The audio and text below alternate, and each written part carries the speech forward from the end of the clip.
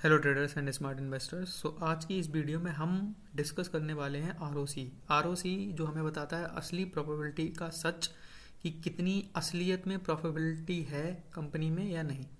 तो अभी तक अगर आपने हमारे चैनल को सब्सक्राइब नहीं किया है तो चैनल को जरूर सब्सक्राइब करें, क्योंकि इससे हमें मोटिवेशन मिलता है। एंड इससे पहले भी मैं लास्ट 6 वीडियोस से भी ज़्यादा वीडियोस बना चुका हूँ फाइनेंशियल एनालिसिस पर, तो आप वो भी जाकर देख सकते हैं प्लेलिस्ट में। आरओई हम कवर कर चुके हैं, बुक वैल्यू, ईपीएस, ये सारी चीज़ें हम कवर कर चुके हैं। तो चलिए आज समझते हैं कि आरओसी क्या है एंड क्यों ये बहुत ज़्यादा इंपॉर्टेंट है फाइनेंशियल एनालिसिस के लिए। तो आरओसी एक तरह से परसेंटेज में कैलकुलेट होता है, जैसे कि आरओई होता है।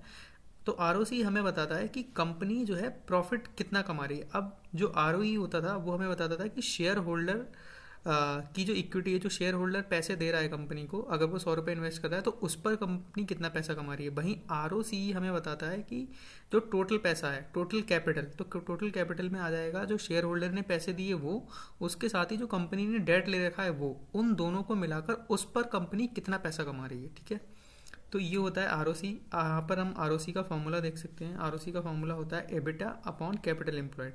सो एबिटा यहाँ पर मतलब है earning before interest, tax and amortisation. So in terms के बारे में हम आगे किसी वीडियो में बात करेंगे। एबिटा के बारे में ओवरऑल आगे एक वीडियो में बनाएंगे, उसमें बात करेंगे। एंड जो अपॉन में डिनोमिनेटर में है वो है capital employed, basically total capital. तो कैपिटल यहाँ पर हो जाएगी जो इस कंपनी का डेट है वो, प्लस जो इक्विटी है, शेयर होल्डर ने जो इक्विटी पे की है वो। तो इस तरीके से हम आरओसी निकालेंगे और ये परसेंटेज में आएगा। ठीक है, अभी अगर हम यहाँ पर देख सकते हैं, यहाँ पर एक स्लाइड है जिसमें आरओई और आरओसी के बीच का डिफरेंस यहाँ पर दिखाया गया है। तो जैसे कि हमें पता है कि जो शेयर होल्डर पे करेगा उसके ऊपर जितना रिटर्न बनाकर देगी कंपनी, उसको बोलते हैं आरओई, यानी कि रिटर्न ऑन इक्विटी। वहीं आरओसी क्या होता है कि शेयर होल्डर ने तो दिया ही, पे किया, वो हो गई इक्विटी। वहीं उसने जो कंपनी ने लोन ले रखा है, शेयर होल्डर ने पे किया 100 रुपये, है ना, 100 रुपये इक्विटी हो गई। वहीं अगर उसने 50 रुपये का लोन ले रखा है उस 100 रुपये के करस्पॉन्डिंग या फिर रेशियो में, तो टोटल 150 रुपये पे वो कितना रिटर्न कमा के दे रही है, वो होता है रिटर्न ऑन कैपिटल एम्प्लॉयड। क्योंकि टोटल कैपिटल हो जाएगा शेयर होल्डर की इक्विटी प्लस जो लोन ले रखा है कंपनी ने वो। अब यहाँ पर क्या होता है कि बहुत सारी कंपनियां आरओई यानी कि रिटर्न ऑन इक्विटी को मैनिपुलेट कर लेती हैं जब उनके पास हाई डेट होता है। तो हाई डेट हाई आरओई अगर आप कहीं देख रहे हो ना, तो वहाँ पर आपके फंसने के चांसेस भी हो सकते हैं। तो उसके लिए आपको समझना पड़ेगा कि कैसे आरओई को कंपनीज मैनिपुलेट करती हैं। तो वो मैंने अपनी प्रीवियस वीडियो में एक्सप्लेन कर दिया है कि पूरी अच्छी तरीके से कि आरओई क्या होता है। इस वीडियो में हम समझेंगे कि आरओसी कैसे बहुत ज़्यादा सुप्रीम है आरओई से, और ये कैसे हमें पूरी पिक्चर बताता है। तो यहाँ पर जैसे कि हमने लगभग अभी तक के सारे ही फाइनेंशियल मैट्रिक्स में समझा है कि वैसे ही आरओसीई का भी केस है कि आरओसीई में जब भी आप कोई कंपनी उठा रहे हो, कोई कंपनी के लिए आरओसीई एनालिसिस कर रहे हो, तो आरओसी उस कंपनी का आप कैसे पता करोगे कि वो अच्छा है या खराब है। तो वो कंपनी जिस सेक्टर की है, लेट सपोज वो कंपनी मैन्युफैक्चरिंग सेक्टर की है या फिर आईटी सेक्टर की है, तो आईटी सेक्टर का आप मीडियन या फिर एवरेज आरओसी देखोगे। अगर आपकी कंपनी का आरओसी मीडियन आरओसी से या एवरेज आरओसी से ज़्यादा है तो वो अच्छा है, अगर कम है तो वो अच्छा नहीं माना जाएगा।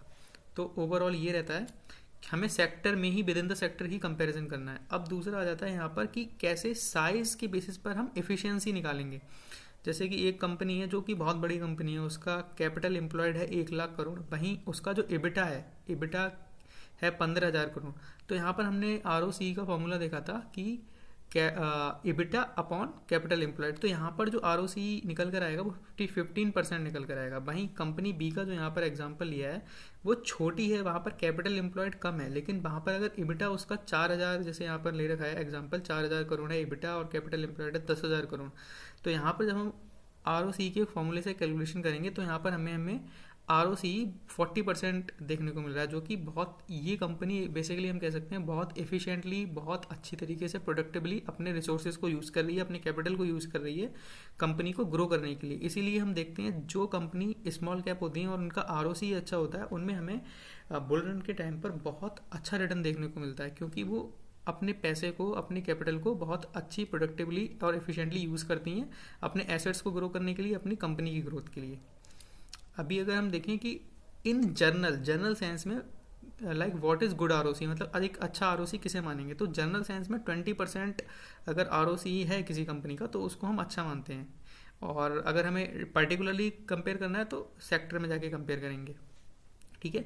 अब आरओसी में हमें ये भी देखना होता है कि कंपनी जो है कि उसका इस क्वार्टर का आरओसी 20% या फिर वो पिछले 3 साल 5 साल या 2 साल से मेंटेन किए हुए 20% का आरओसी, या फिर उसका आरओसी ग्रोथ होते हुए आ रहा है। लाइक पहले उसका आरओसी 5 साल पहले 12% था, 12 से 14 हुआ, फिर 15, 18, 17, 19, इस तरीके से 20% हो रहा है, यानी कि उसमें हमें ईयर ऑन ईयर ग्रोथ देखने को मिल रही है। तो वो भी एक बहुत अच्छा लाइक सिग्नल होता है कि कंपनी बहुत अच्छा कर रही है और अपने पैसे को, अपने कैपिटल को, और कैपिटल के साथ साथ डेट को भी बहुत एफिशिएंटली यूज़ कर रही है। तो गुड आरओसी हमारा इन जनरल सेंस 20% होगा, लेकिन हमें पर्टिकुलरली अगर इन्वेस्टमेंट पर्पज से लाइक एनालाइज करना है तो हम सेक्टर से भी कंपेयर करना पड़ेगा। अब ये एक शॉर्ट वीडियो थी, इसका हम लाइक एक तरह से समरी देख लेते हैं। तो सबसे पहले हमें क्या चेक करना है, EBITDA. EBITDA basically profit operating profit होता है, जो कि हमारा इबिटा का मतलब होता है earning before like interest tax and amortisation, है ना। तो ये लाइक नेट प्रॉफिट नहीं, नेट प्रॉफिट से पहले जो प्रॉफिट होगा वो है।